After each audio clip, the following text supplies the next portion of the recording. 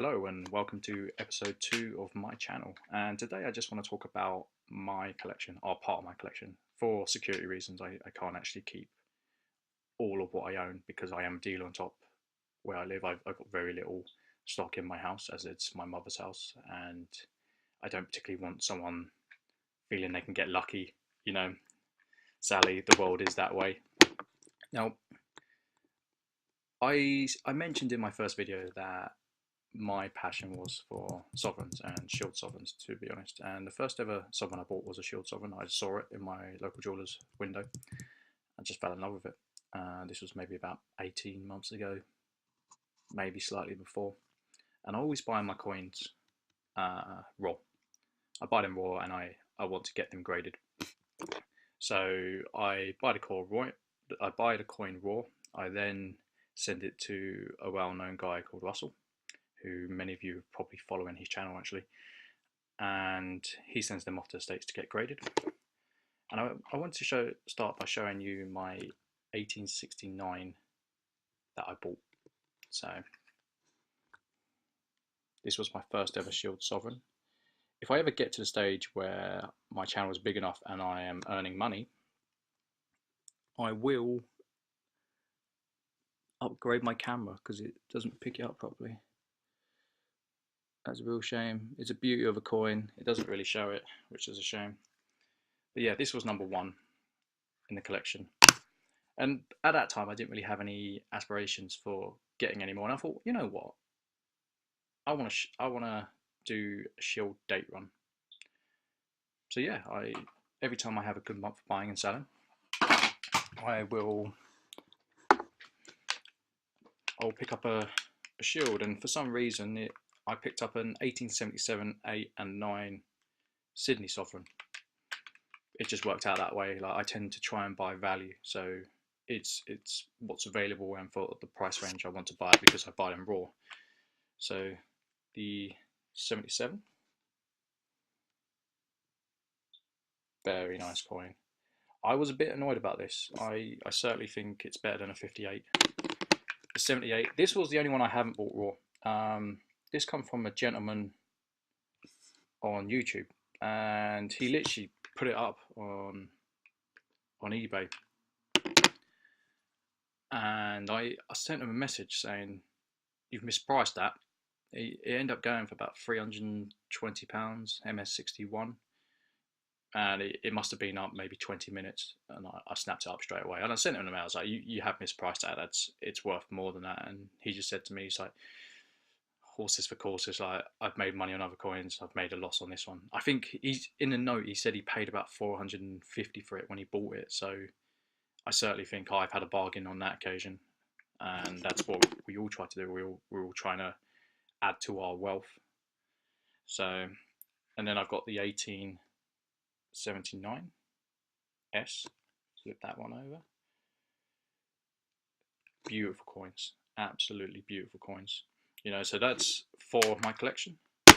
My 5th and final shield sov, at the moment anyway, is an 1885 M, which also came back at 58.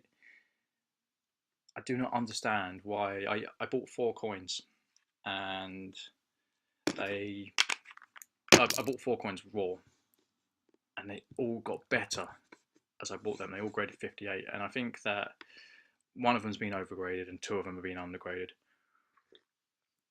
which is a shame. But I've heard that NGC are very strict on giving it an MS. So if they're not sure, they will err on the side of caution and grade it below instead of grading it an MS. The next 2 coins I want to show off. Actually, sorry, one more. I was like, this one is, I recently got offered, it was 8 10th ounce Krugerrands, and I said to the guy, it was a gentleman in Japan I deal with, and I said to him, I was like, not a chance. It's a 2017 PF Ultra Cameo sovereign. Now, I don't understand this, because the first sovs I showed you, they flip, so you had to flip them around. But with this sov, you have to flip it to the side, and I haven't got to the bottom of why that is, because I've got a Georgian dragon. This isn't part of my collection, this is one I ended up with. and that flips to the side. No, that flips from up to down as well. So maybe it's an age thing. If someone can fill me in on that, it's something I don't personally know. But with this 2017, I won this in an auction for about £640, £650, and I said to the guy, I was like, that's gone cheap. How much you pay for it? And the gentleman told me, he was like, I paid £320 for it, and I was just like, what? Like, really? You got any more?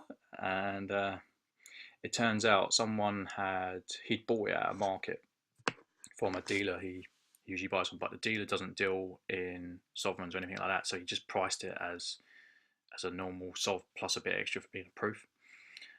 He didn't even know its value because he could have put it up on eBay, and at the time these were raging. This was before the Pede fought and the Strike of the Day 2017 Sovereign come out. They were going for like £1,000, £1,100 a coin. This one stayed in my collection. I can't see me selling it. I don't think that the coins in my collection really have a price on them.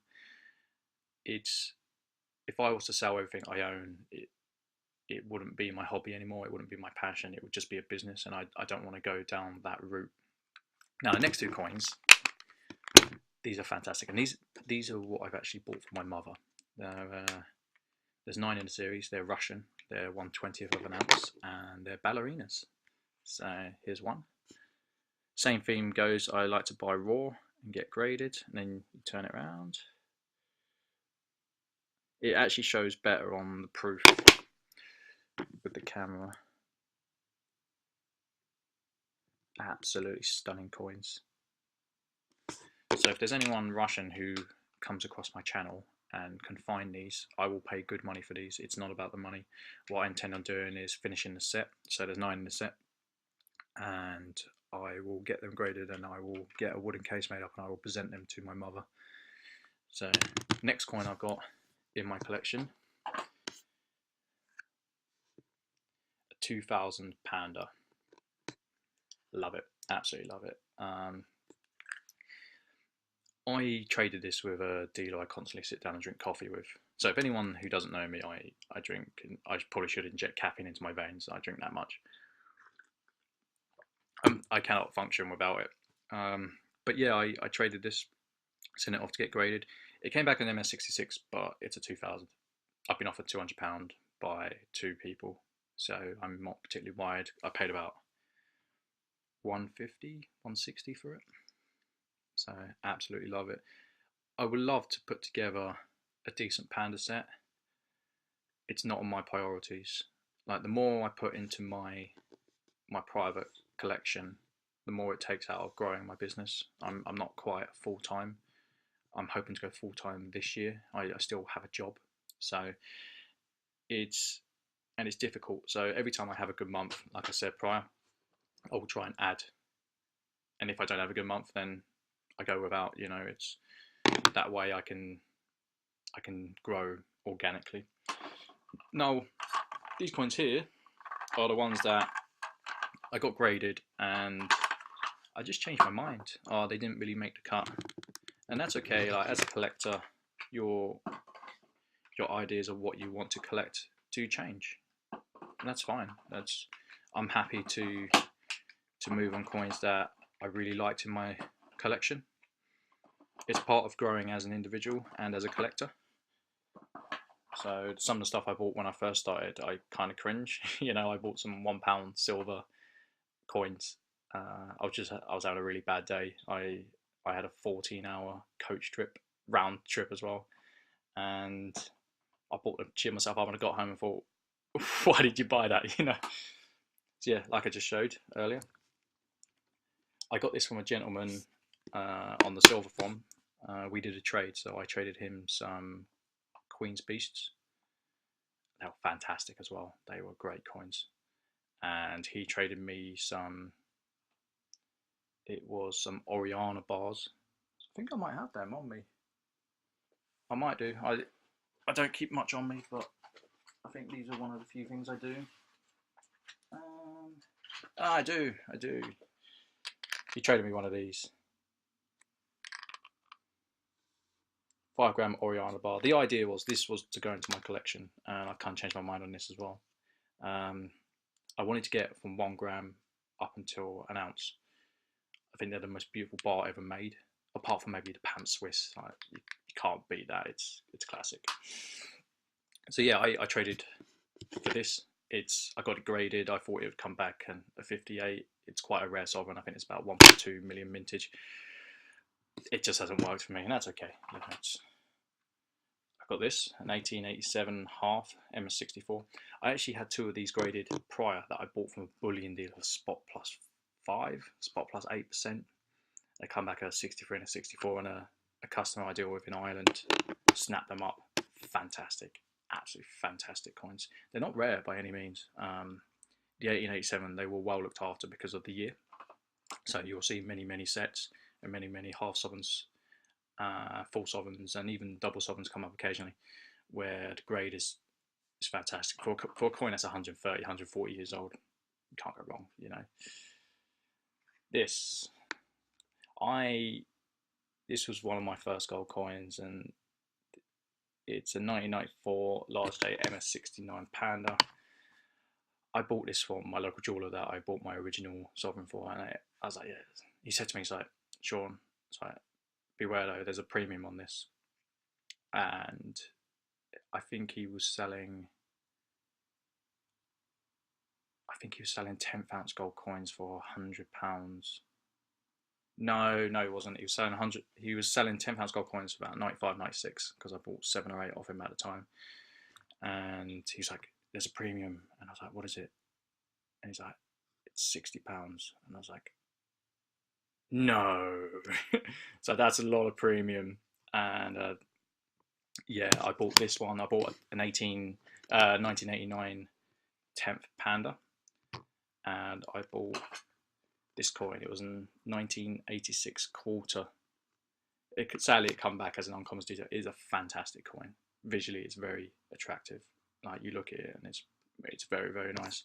This one cost me $250 for a quarter, you know, and I snapped them up. The 10th I bought for 110, and I think I sold for 160, 170. So, but that went to a collector.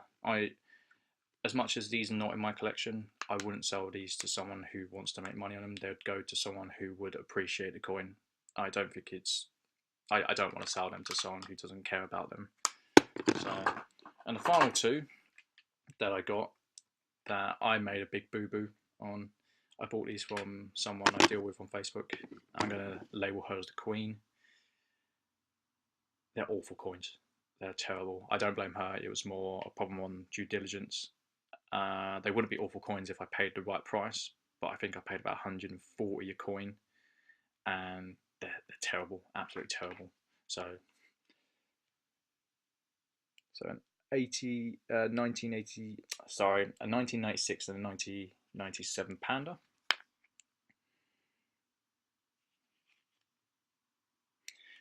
Both removed from jewellery. I didn't even look at them. It was a schoolboy error, really. I received them in coin capsules, and I sent them straight off to get them graded. I didn't even bother looking at them, so it's my fault. They're probably worth about 110, maybe 120 at most. I'll take a loss, and that's okay. You know, you can't win on everything. Like, this is an investment, and if for example, if my entire collection and stack was treated like a stock portfolio, you'd be happy to take a loss on a couple of your shares if the rest of your portfolio is up. So that's the way I look at it. Now, I'm going to cut this video short because I'm approaching the 15-minute mark. It's been a bit, I don't like to edit, and I've been a bit slurry all over the place, and that's something that I hope to improve as I go forward. I am actually putting out another 2 videos today. One of them will be my goals for the year. Another one will be a fantastic coin that I've actually sold, but I want to show because it's such a fantastic, brilliant coin that I think YouTube deserves to see it. So thank you for watching if you have watched. If you like it, then like it. If you want to subscribe, then please feel free to do that.